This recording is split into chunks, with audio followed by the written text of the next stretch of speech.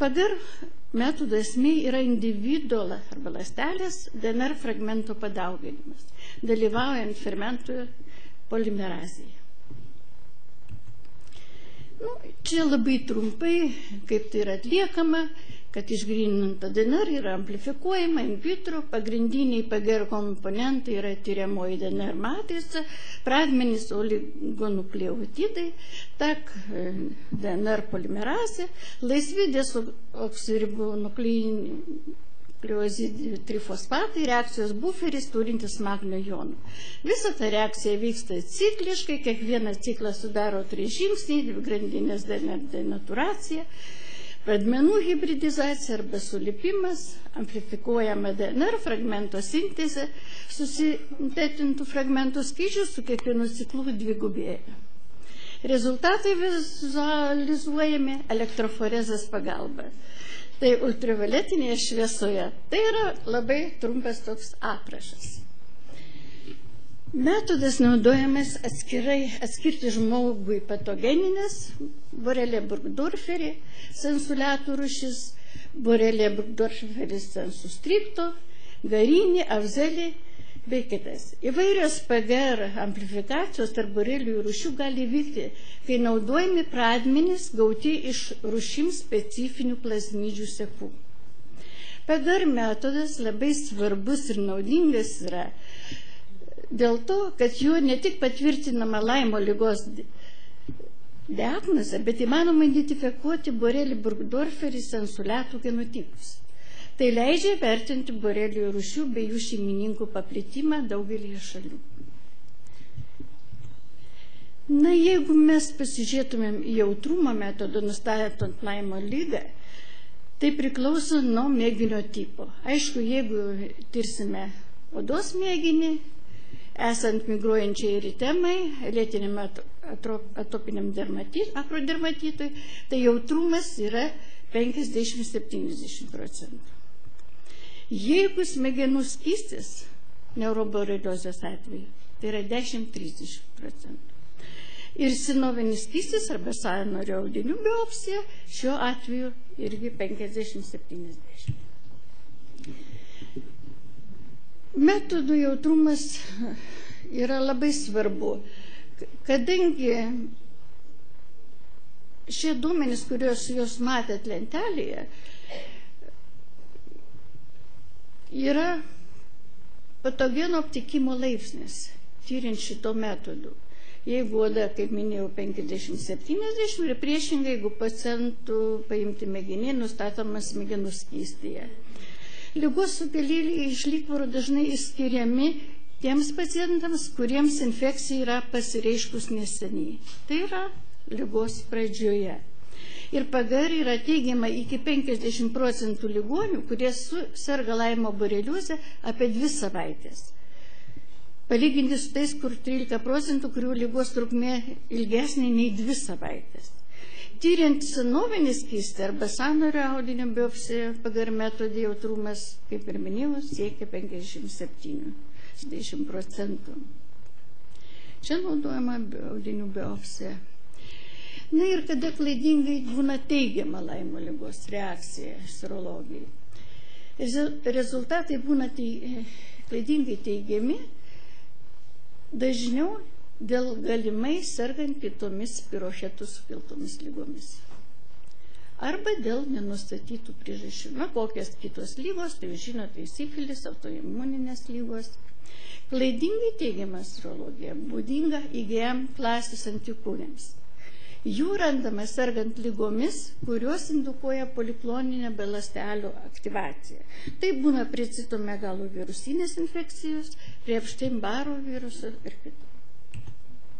Kokios išvados? Susirgus Laimo liga visada susidaro IgG klasės antikūnai. Tai yra įvyksta serokonversija. Jau čia sena tiesa ir visiems žinoma. Jei serokonversija neįvyko, įtarta liga buvo kita. Seronegatyvi Laimo liga būna labai retai.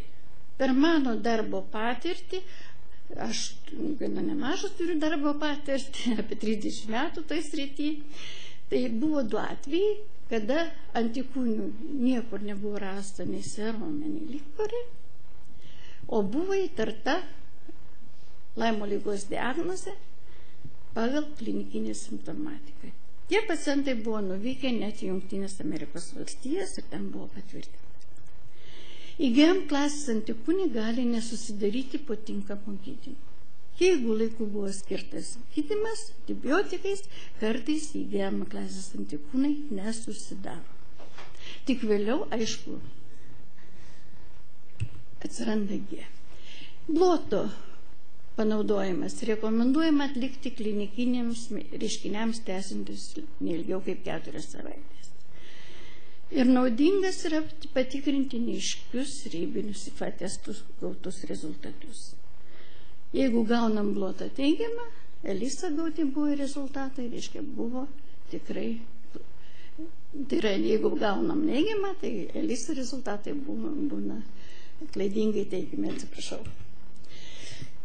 Gavus imunobloto teigiamus rezultatus, IFA gauti rezultatai visada vertinami kaip teigiami.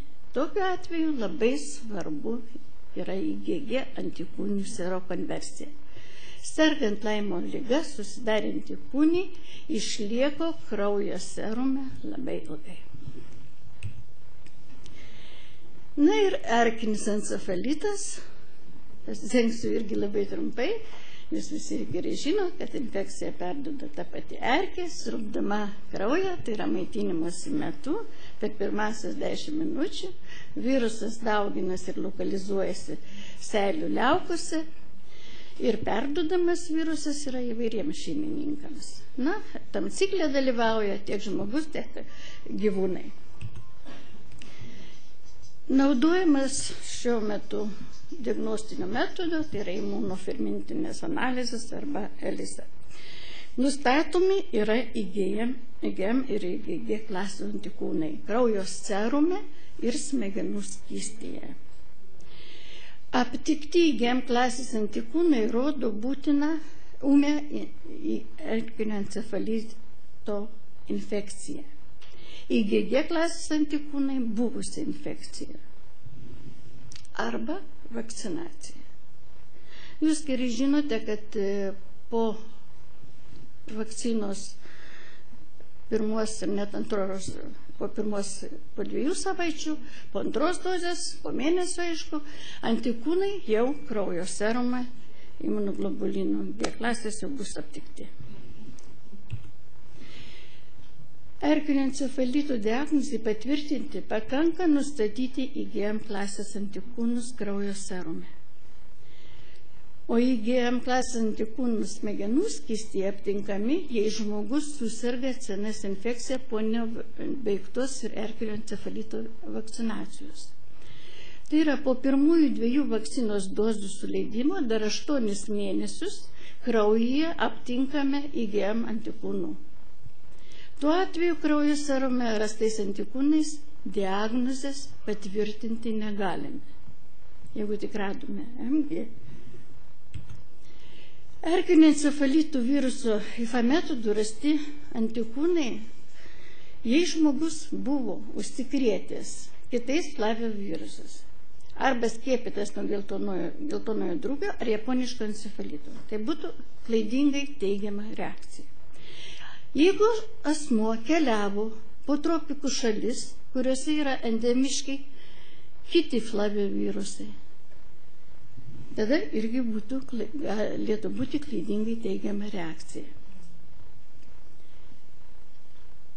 Lietuvoje erkinio encefalito viruso IgM klasės antikūnų tyrimą būtina atlikti, jei aseptinė centrinės nervų sistemos infekcija diagnozuojama balandžio-lapkričio mėnesiais, nes erkės įsisiurbimo erkinio encefalito sergantys ligoniai labai dažnai nebūna pastebėję, patognominių klinikinių požymių neturi nei erkinis encefalitas, nei kitos virusinės CNS infekcijos, kurių sezoniškumas sutampa su erkinio encefalito sezoniškumu.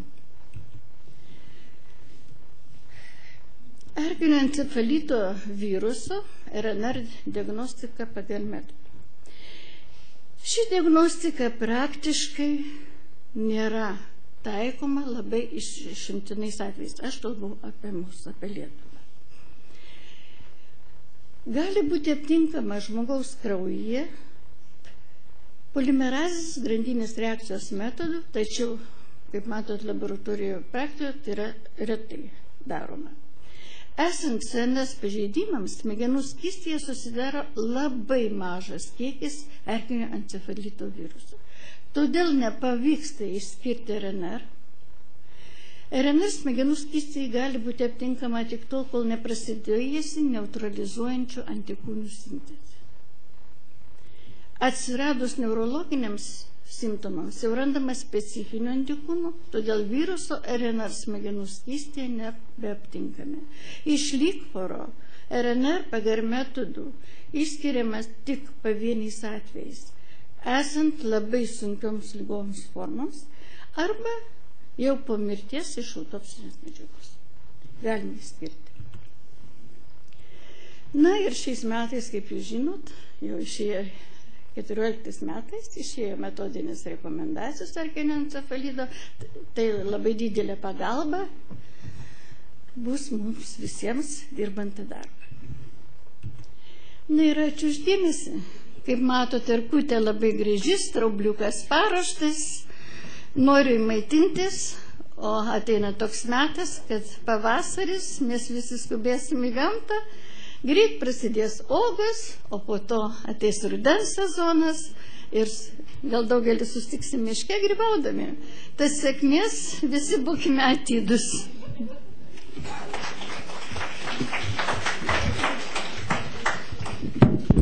Ačiū daktarei Virbalienei, o dabar skelbiama yra 20 minučių kavos pertrauka.